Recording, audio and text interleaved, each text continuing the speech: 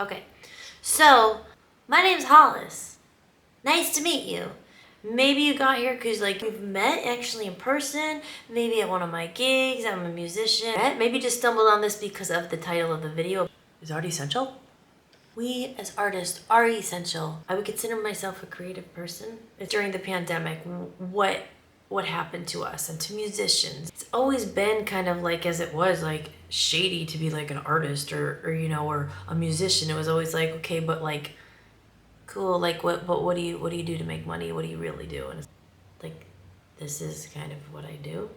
And then the coronavirus comes along and tells us we're non-essential. It's well, God, thanks a lot. I have to rub it in.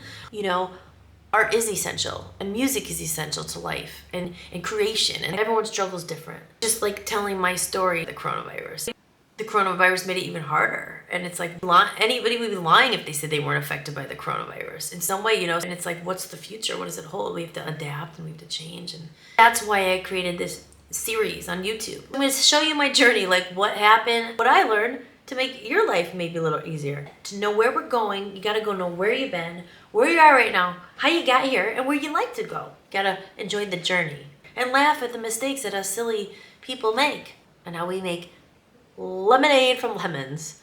I grew up in Scranton, Pennsylvania. It was a very working class, blue collar town. My mom was a special ed teacher. My dad was an accountant. No one in my family really were business or anything or even entertainment. I didn't know anybody. Even though I did kind of come from a musical family, my dad was a huge fan. He as soon as he knew I had some kind of passion, he always said to find a passion in life. If you find a passion, something you're passionate about.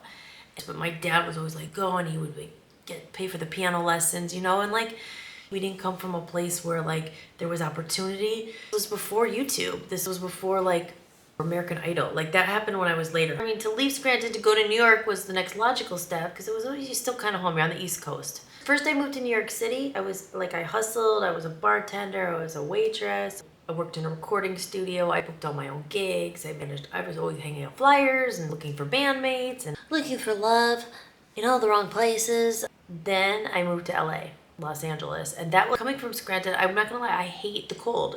It's a nightmare. Everything was freaking cold and dark, and it is so cold here, all the time, for 6 months. And especially when you go somewhere good, like California, and you live that lifestyle for a little bit, you're that's when I was there. I was I'm living the dream. This is awesome. I fucking hustled because I was I don't want to go back to the cold. He says I'm talking too much. This was what happened when I left Scranton in 2010 and moved to California. Whoop.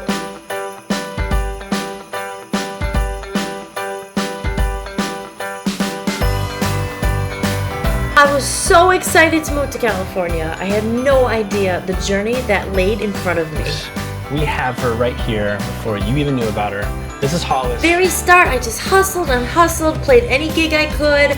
I was so excited. I was booking my own shows. Here's me playing at the Roxy. Then I got a gig at the Whiskey I booked. It was such an exciting time. It was a really exciting moment singing the national anthem at the Hard Rock Cafe in Vegas, but I was really nervous because it was a cappella. For a quick minute, I played in a band called God's Weapon, and this was me talking on the red carpet all about it. This is a rare clip. I was a big ska punk into that whole scene, and this is Norwood Fisher from Fishbone. He actually played on my band and some of my songs, and I even got to sing on a Fishbone track. Now this footage here was a huge break for me. This was when I was in the studio recording with Matt Sorum. I had never in a million years thought, coming from Scranton, this little girl with the dreams would end up in the studio with Matt Sorum from Guns N' Roses, Velvet Revolver, these huge people behind me. All of a sudden I landed myself a manager. He was awesome, and I recorded 3 tracks with Matt. It's all on my Bandcamp if you could go take a listen. But this was just, you could see how happy I was. I also loved doing voiceovers, and I was always practicing, and I managed to land this commercial. I still remember every word of it. This is it. They're rich, they're real, and they're hot. Infinity Brushes by Conair. I was the lead character in a guy named Ash Baron Cohen. You may even know his brother, Borat, and he asked me to be the lead. Oh, Mashi, I'm flying. And got it. This was really cool. It was a video we were doing for Robots and Aliens for Love Zombies, and we had a whole cast, and we had dancers. There was Sean Hollywood, with real cameramen. It was really cool. I'm hoping someday the footage will come out. I was asked to contribute to a book about women in the music industry and their stories in the industry and how they get treated. It was really awesome to be part of this. And then I wrote The Reconnection Movement, which was a manifesto, and that was also published too. The next thing you know, I'm like partying in Palm Springs with like celebrities. This is Juliette Lewis. This is Dave Grohl, Lemmy from Motorhead. This is that lady from Glee. I forget her name, Jane. This is DJ Ashba. Weird Al Yankovic?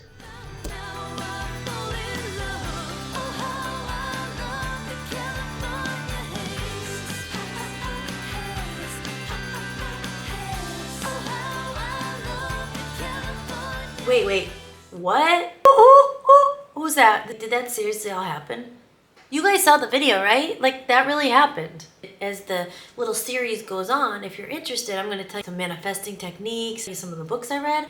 That all happened. There's also other forces were at work there that made it happen. So anyway, it got even stranger.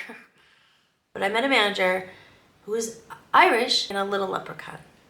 And he brought me to London. Roll the tape of London. Come on, don't be late, you won't take ages. Teleportation. I'm on board, don't be late, imagination. Teleportation.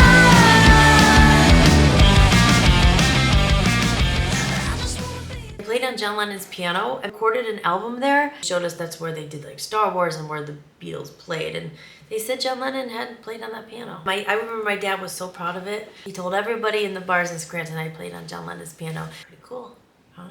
I grew up from Scranton. I wanted to leave LA. LA is awesome in some ways, but tough city. You know, unless you were born there and have like family you can fall back on, you have a load of money.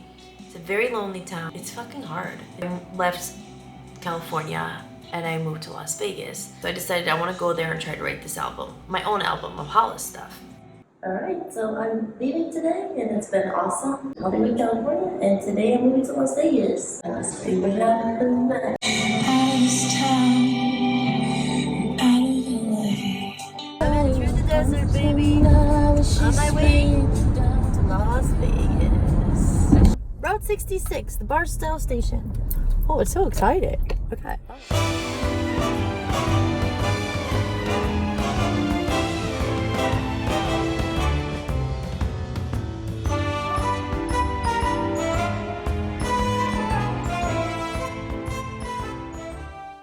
During that time is when I got the worst news of my life. My dad, my biggest fan ever, was sick. He was very sick. Flew home right immediately. When we learned like the extent of his illness, like I was back and forth all the time.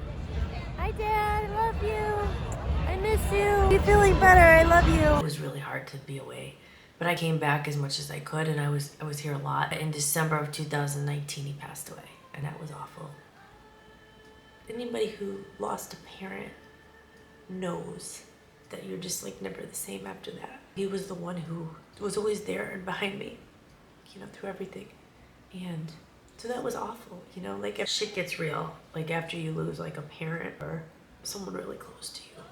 But during that I had to go back to Las Vegas. It's really hard to go back and hustle and continue on, you know, but like, I know that's what he would want me to do. Like he knew how much I loved the sunshine. He didn't get to do that in his life, and I was so sad. And I started writing my album, continuing it, you know.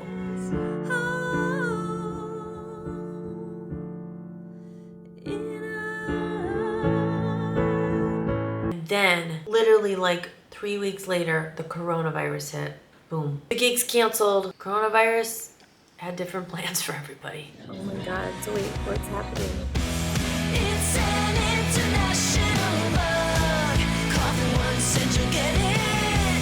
It's an international bug. Just cough and you'll get it. Can't get out of bed.